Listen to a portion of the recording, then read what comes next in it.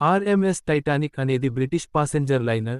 ఇది ఏప్రిల్ 15, 1912 తెల్లవారుజామున తన తొలి ప్రయాణంలో మంచుకొండను ఢీకొని మునిగిపోయింది. ఫలితంగా 1500 మందికి పైగా మరణించారు. ఈ విపత్తు ప్రపంచాన్ని దిగ్భ్రాంతికి గురిచేసింది మరియు సముద్ర భద్రతా నిబంధనలలో గణనీయమైన మార్పులకు దారితీసింది.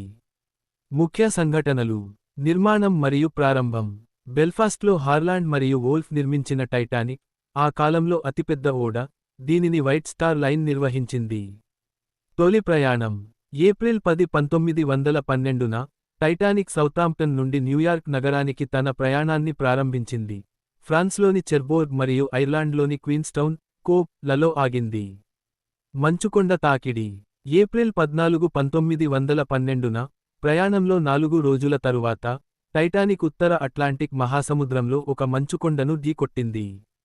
మునిగిపోవడం ఈ తాకిడి వల్ల గణనీయమైన నష్టం వాటిల్లింది మరియు 1912 ఏప్రిల్ 15 తెల్లవారుజామున ఓడ మునిగిపోయింది. ప్రాణనష్టం దాదాపు 2224 మంది ప్రయాణికులు మరియు సిబ్బందిలో, దాదాపు 1500 మంది మునిగిపోవడంలో మరణించారు. పరిణామాలు మరియు వారసత్వం. ప్రజా ఆగ్రహం. అధిక మరణాల సంఖ్య మరియు భద్రతా ప్రోటోకాల్లలో వైఫల్యాలు ప్రజల ఆగ్రహాన్ని రేకెత్తించాయి మరియు మార్పు కోసం డిమాండ్లను రేకెత్తించాయి. హోమ్. సబ్స్క్రైబ్ షాంటాబాయ్ క్రియేషన్.